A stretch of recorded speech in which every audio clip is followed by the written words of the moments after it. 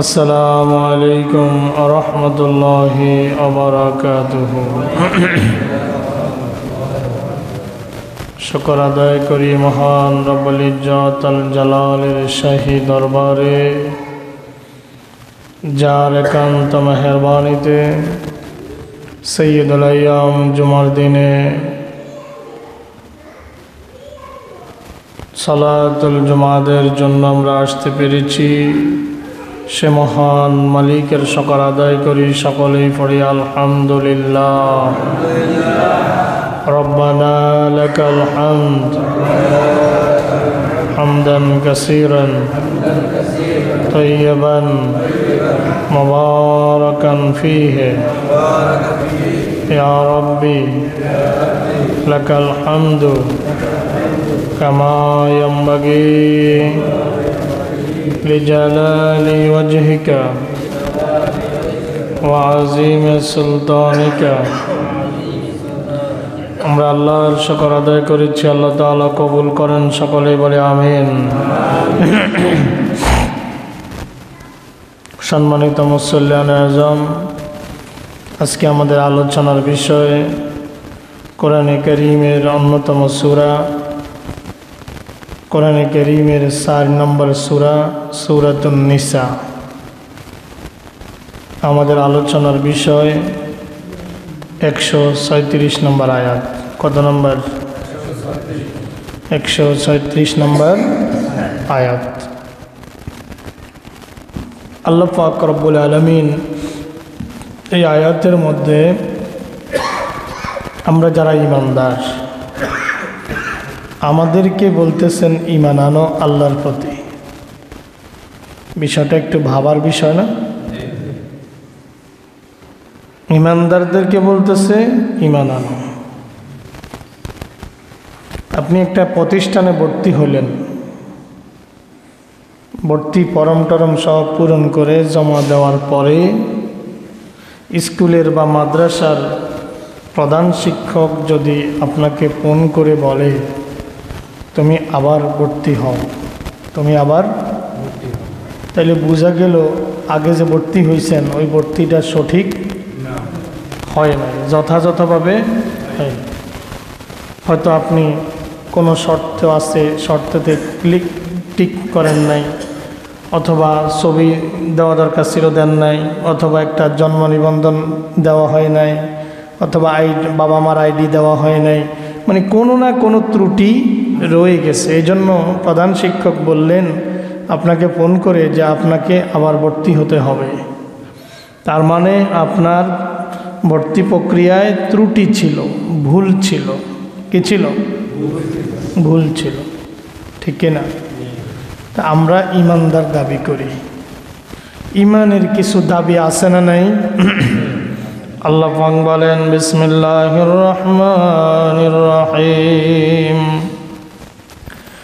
ইয়া আইয়ুহাল্লাযীনা আমানু আমিনু বিল্লাহি ওয়া রাসূলিহি আমিনু বিল্লাহি ওয়া রাসূলিহি ওয়াল কিতাবিল্লাযী নাযালা আলা রাসূলিহি والكتاب الذي أنزل من قبل ومن يكفر بالله وملائكته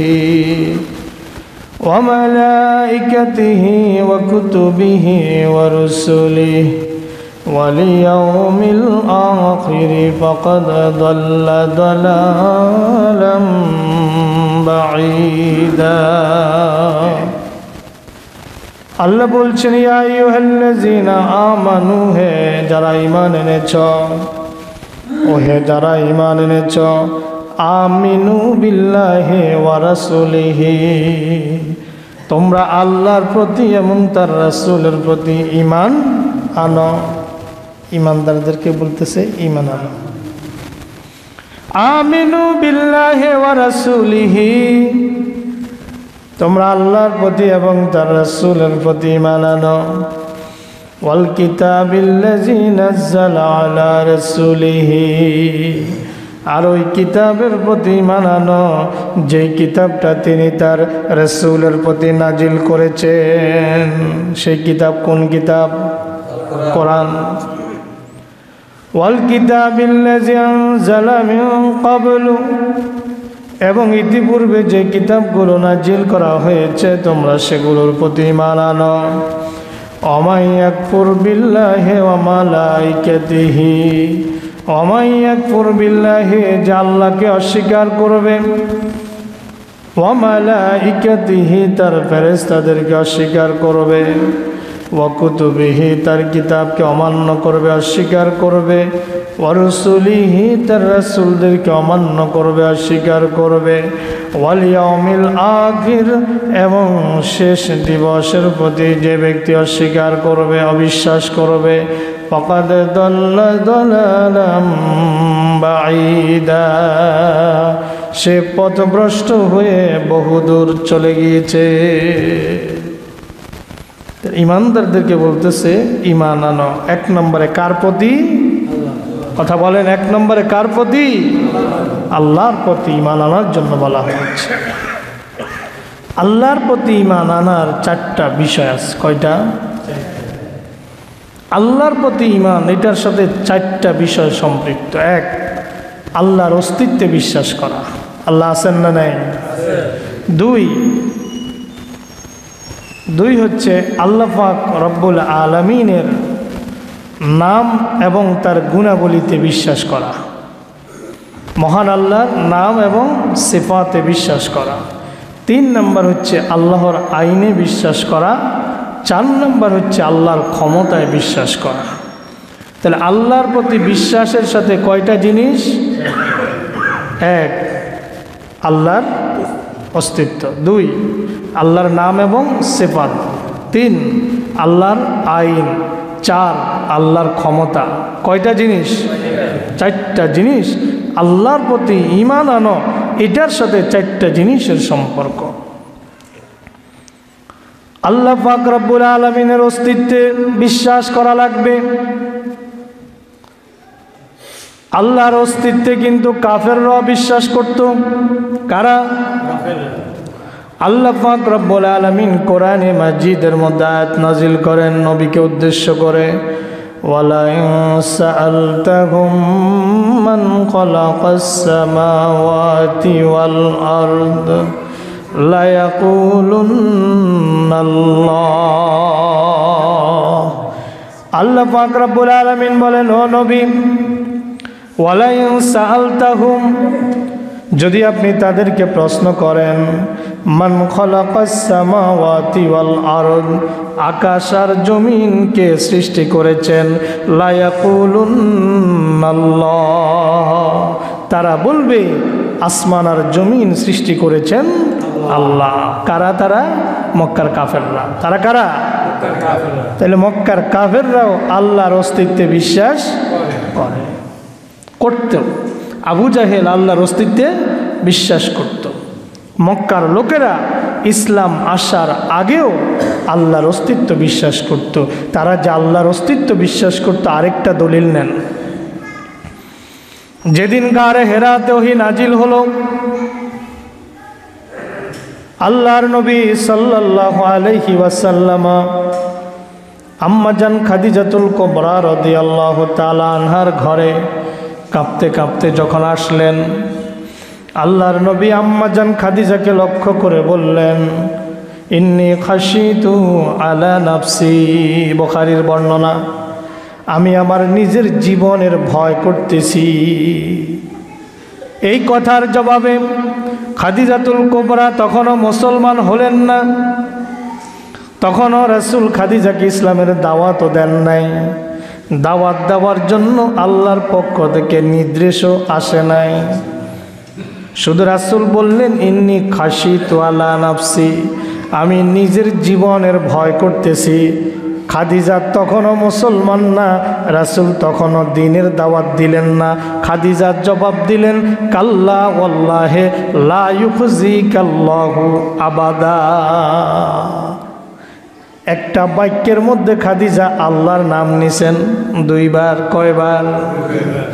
কাল্লা, কখনো নয়, ওয়াল্লাহি আল্লাহর কসম, লা ইউখজিকাল্লাহু আবাদা, আল্লাহ কখনোই আপনার কোনো ক্ষতি করবেন না। খাদিজা তখনও ইসলাম গ্রহণ করলো না, রাসূল তখনও খাদিজাকে দ্বীনের দাওয়াতও দিলেন না। খাদিজা কিভাবে আল্লাহর কথা বললেন, সুবহানাল্লাহ। তার মানে মক্কার লোকেরা ইসলাম আসার আগেও আল্লাহ যে একজন আছে এটা মানত। বিপদটা বাঁধাইছে তারা, আল্লাহর সাথে তারা শিরক করত। লাত মানাত উজ্জা হুবলের পূজা করত, কিন্তু আল্লাহর অস্তিত্বে তারাও বিশ্বাস করত। আমি আপনাদের কাছে প্রশ্ন রাখতে চাই, আমরাও আল্লাহর অস্তিত্বে বিশ্বাস করি, কিন্তু কিছু চাওয়ার দরকার হইলে আমরা এখনো মাজারে চাই, কিছু চাওয়ার দরকার হইলে এখনো পীরের কাছে আমরা ধারণা দেই। এই কথাগুলো বললে এক শ্রেণীর মানুষের গায়ে জ্বালা শুরু হয়ে যায়। এই দেশটাকে মানুষকে ঈমান বিমুখ করেছে, এই দেশের মধ্যে নাস্তিকরা যতখানি ঈমান বিমুখ করেছে, পীরের নামে, দরগার নামে, মাজারের নামে মানুষকে তার চাইতে বেশি ঈমান বিমুখ করা হয়েছে। নাস্তিকরা এত মানুষকে বেঈমান বানাতে পারে নাই, ওই দরগাগুলো মানুষকে যতখানি বেঈমান বানিয়েছে। নাস্তিকরা এত মানুষ বেঈমান বানায় না। ওয়ালাইন সালতাহুম, ও নবী আপনি যদি মক্কার কাফেরগুলোকে, আবু জাহেল, উতবা, সাইবা, ওলীদ ইবনে মুগীরাকে প্রশ্ন করেন, মান খালাকাস সামাওয়াতি ওয়াল আরদ, আসমানকে বানিয়েছে, জমিনকে বানিয়েছে, লা ইয়াকুলুনাল্লাহ, তারা অবশ্যই অবশ্যই বলবে এগুলা আল্লাহ বানাইছে। তাহলে আবু জাহেল, উতবা, সাইবারা আল্লাহর অস্তিত্ব মানত কি মানত না?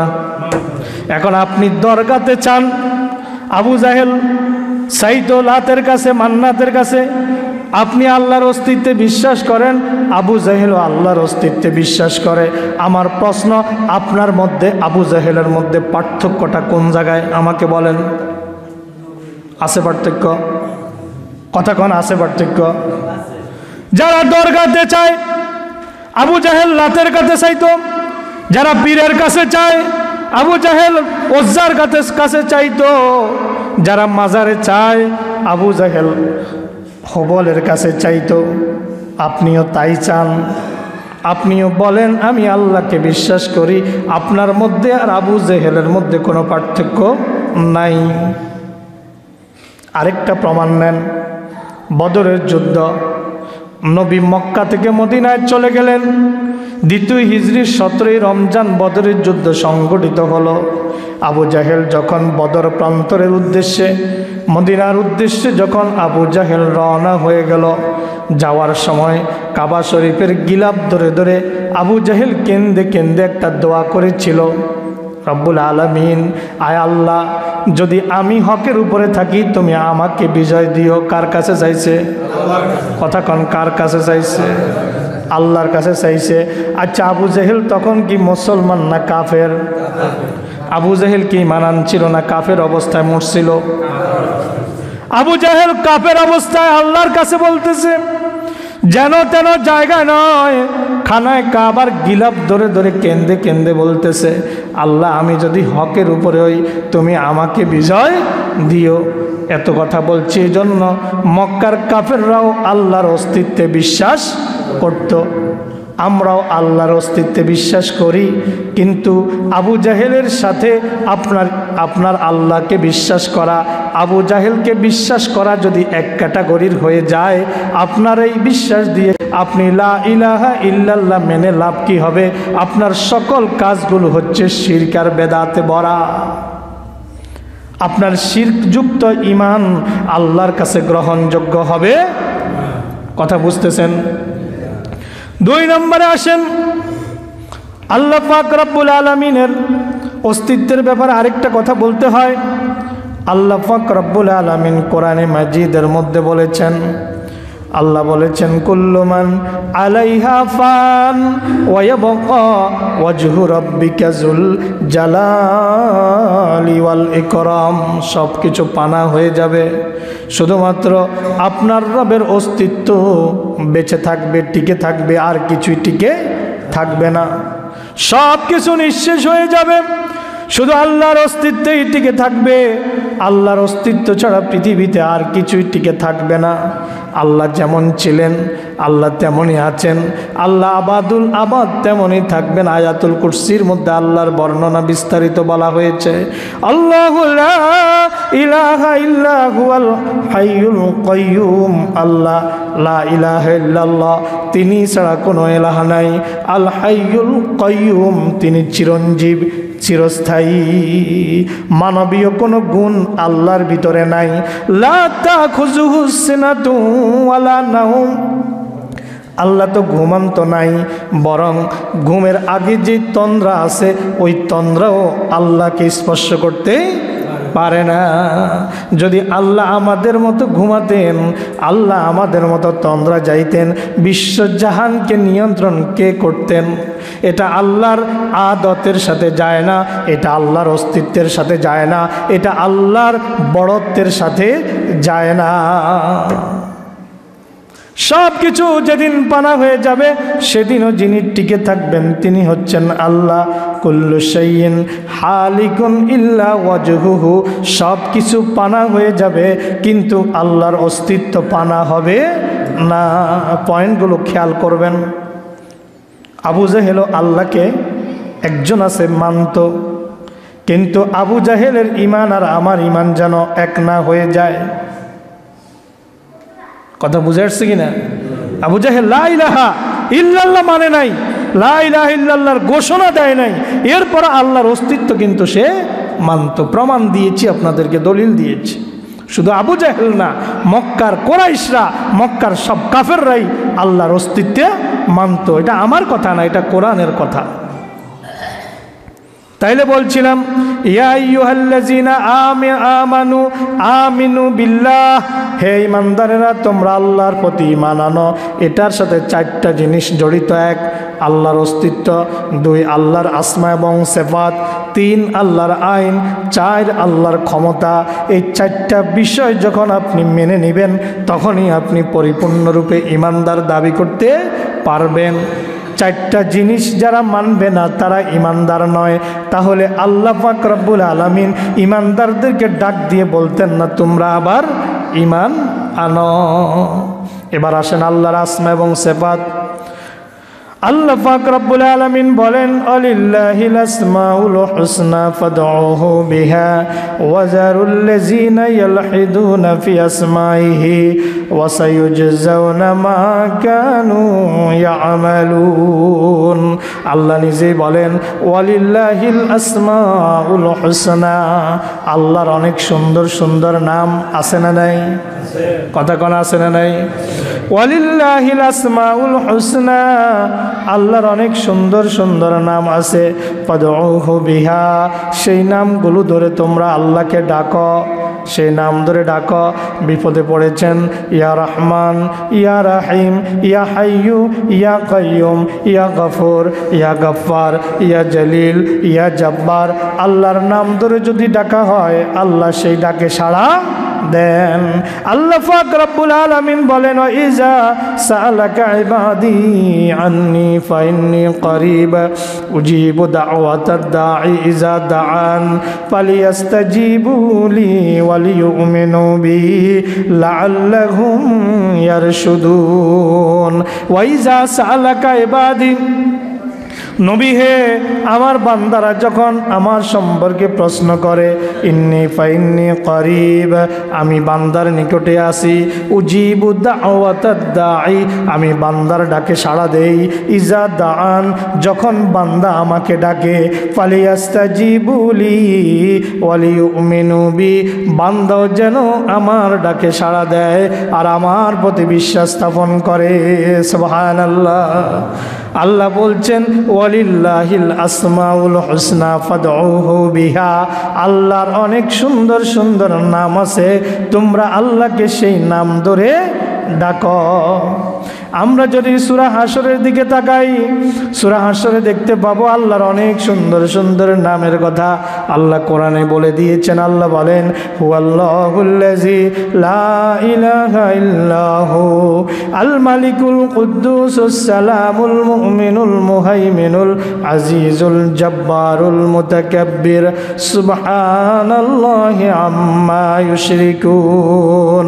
হুয়াল্লাহুল্লাযী, আল্লাহ তো সেই মহান সত্তা, লা ইলাহা ইল্লাহু, যিনি ছাড়া আর কোনো ইলাহ নাই, আল মালিকু, তিনি বাদশাহ, আল কুদ্দুসু, তিনি অতি পবিত্র, আসসালামু, তিনি হচ্ছেন শান্তির আধার, আল মুমিনু, আর তিনি হচ্ছেন নিরাপত্তা দানকারী, আল মুহাইমিন, তিনি হেফাজতকারী, আল আজিজ, তিনি হচ্ছেন পরাক্রমশালী, আল জব্বারু, তিনি নিজের নির্দেশ কার্যকর করতে সক্ষম, আল মুতাকাব্বির, আল মুতাকাব্বির, সবার ছেড়ে বড় হয়েই তিনি বিরাজমান থাকতে সক্ষম। সুবহানাল্লাহি আম্মা ইউশরিকুন, সেই সকল জিনিস থেকে আল্লাহ পবিত্র যেই সকল জিনিসকে মানুষ আল্লাহর সাথে শিরক করে। সুতরাং আল্লাহর আসমা এবং সিফাত সকল কিছুর প্রতি আমাদের কি থাকতে হবে? বিশ্বাস থাকতে হবে। 3 নম্বর, আমি খুব দ্রুত বলছি, সময় পেরিয়ে যাচ্ছে। আল্লাহ পাক রব্বুল আলামিনের 3 নম্বর হচ্ছে আল্লাহর আইনে বিশ্বাস করতে হবে। আল্লাহ পাক রব্বুল আলামিন বলেন, আলাম তারা ইলাল্লাযীনা ইয়াজউমুনা আন্নাহুম আমানু বিমা উনজিলা ইলাইকা ওয়া মা উনজিলা মিন ক্বাবলিকা ইউরিদুনা আন ইয়াতাহাকামু ইলাত তাগুতি ওয়া قد أمروا أن يكفروا به ويريد الشيطان أن يضلهم ضلالا بعيدا।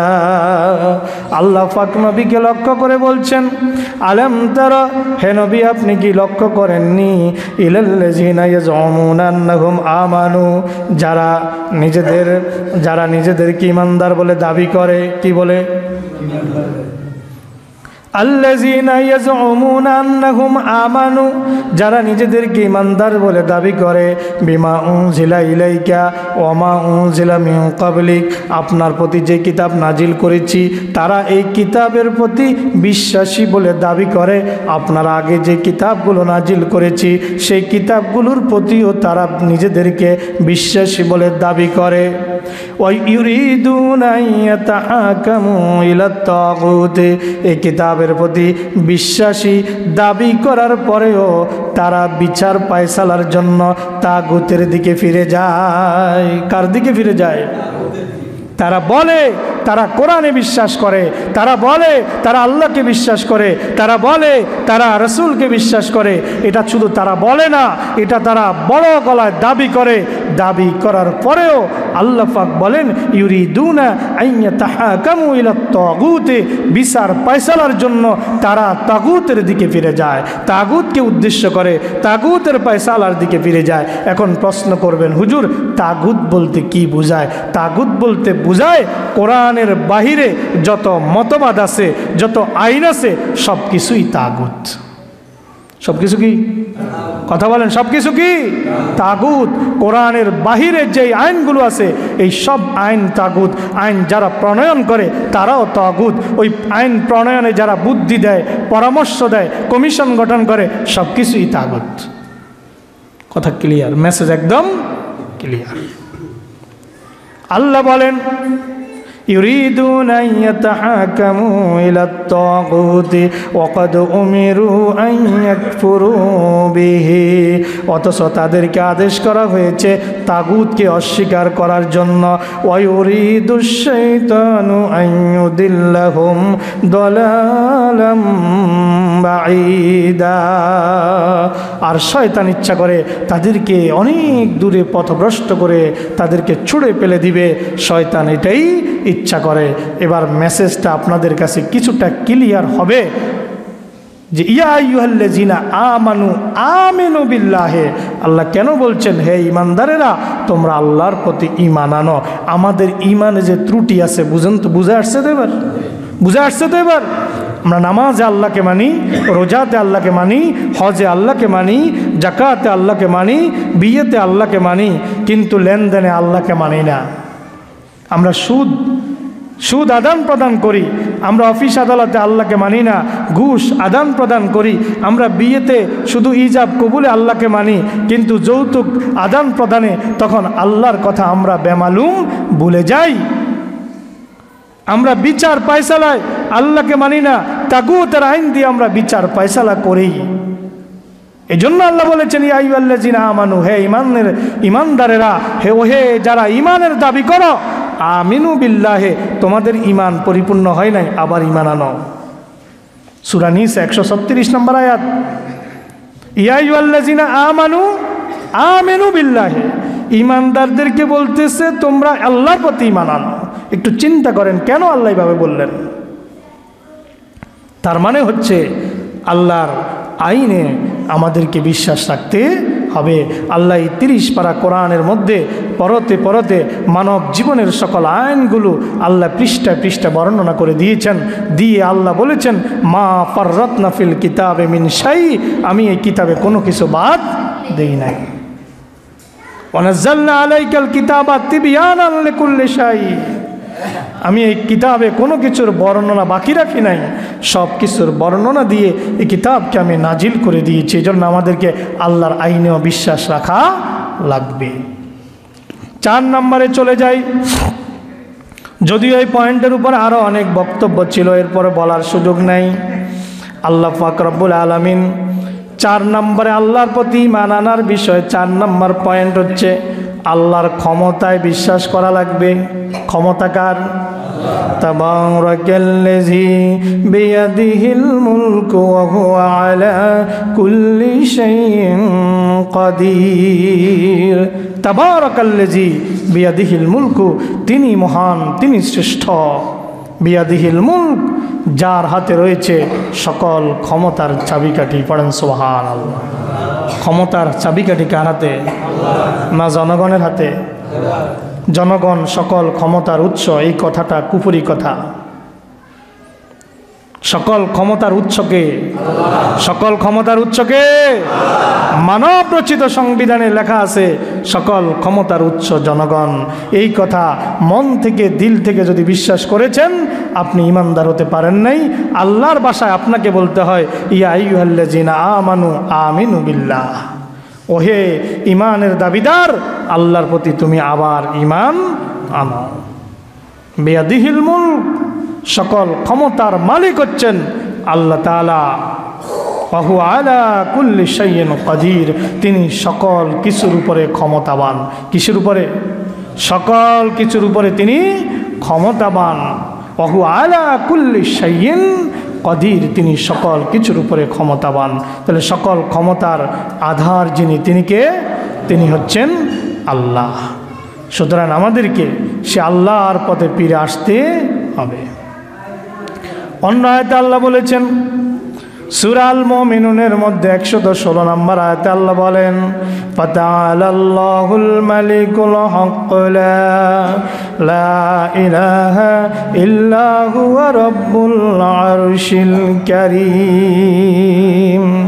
শিষ্য মহিমাময় মহান আল্লাহ তাআলা, তিনি সত্যিকার অর্থে মালিক, সকল কিছুর মালিক হচ্ছেন মহান আল্লাহ তাআলা। লা ইলাহা ইল্লাহু, তিনি ছাড়া কোনো ইলাহ নাই। ওয়া হুয়া রাব্বুল আরশিল কারীম, তিনি সম্মানিত আরশের মালিক। তিনি সম্মানিত আরশের মালিক হচ্ছেন মহান আল্লাহ তাআলা। তাহলে আল্লাহর ঈমানের সাথে, আল্লাহর প্রতি ঈমানের সাথে কয়টা জিনিস জড়িত? কথা বলেন কয়টা? আল্লাহর অস্তিত্ব, আল্লাহর আসমা এবং সিফাত, আল্লাহর আইন এবং আল্লাহর ক্ষমতা। দীর্ঘ আলোচনা খুব সংক্ষিপ্ত পরিসরে আপনাদের সামনে উপস্থাপন করেছি। অন্তত এতটুকু মেসেজ দেওয়ার চেষ্টা করেছি, আমি ঈমান এনেছি বললে, লা ইলাহা ইল্লাল্লাহ মুখে বললাম, আমার কাজে বাস্তবায়ন হলো না, আমি আল্লাহর আইনকে মেনে নিলাম না, আমি ক্ষমতার উৎস আল্লাহকে মনে করলাম না, আমি আল্লাহর আসমা সিফাতে বিশ্বাস করলাম না, আমি আল্লাহর অস্তিত্বের ব্যাপারে সন্দিহান, তাহলে আমার এই মুখে স্বীকৃত এই ঈমানের আল্লাহর কাছে 2 পয়সারও কোনো দাম থাকবে না। এজন্য আমাদেরকে পরিপূর্ণরূপে যেন আমরা মুমিন হতে পারি, আল্লাহ পাক আমাদেরকে তৌফিক দান করেন। সকলে বলে আমিন।